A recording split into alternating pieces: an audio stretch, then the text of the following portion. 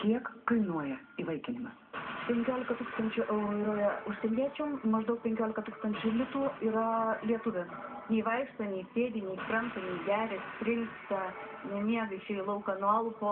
Išrašuose jisai buvo sveikas vaikas. Įmanoma grąžinti įvaikintą vaiką? Yra. O dabar žiūriu, ką jūs davėte teisėjai, kad procesas vyktų greičiau. Niekas nesako už vaiką, kuris taip... Rytoj 19:40 per TV3.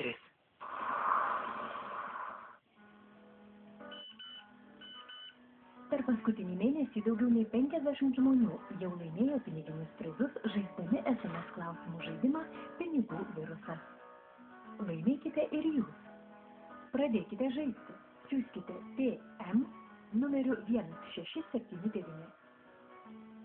Šiandien fortuna palanki.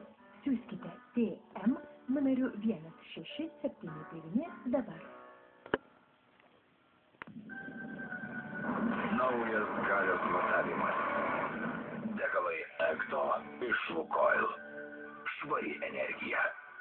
This is the moment. This is it. Michaelas Jacksonas. Pabaiga.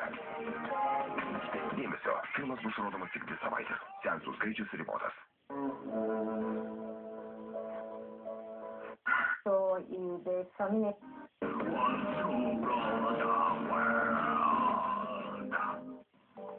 Jums niekada nepavos žiūrėti, nes naujajame Vieskat sidabrinėme pakete daugiau nei 40 skaitmeninės kokybės kanalų, tik už 35 litus per mėnesį. Užsakykite telefonu, internetu ar partnerių parduotuvėse. Užsakykite dabar ir stebėkite Eurolygos kovas per Vieskat Sport Baltic nemokamai. Vieskat.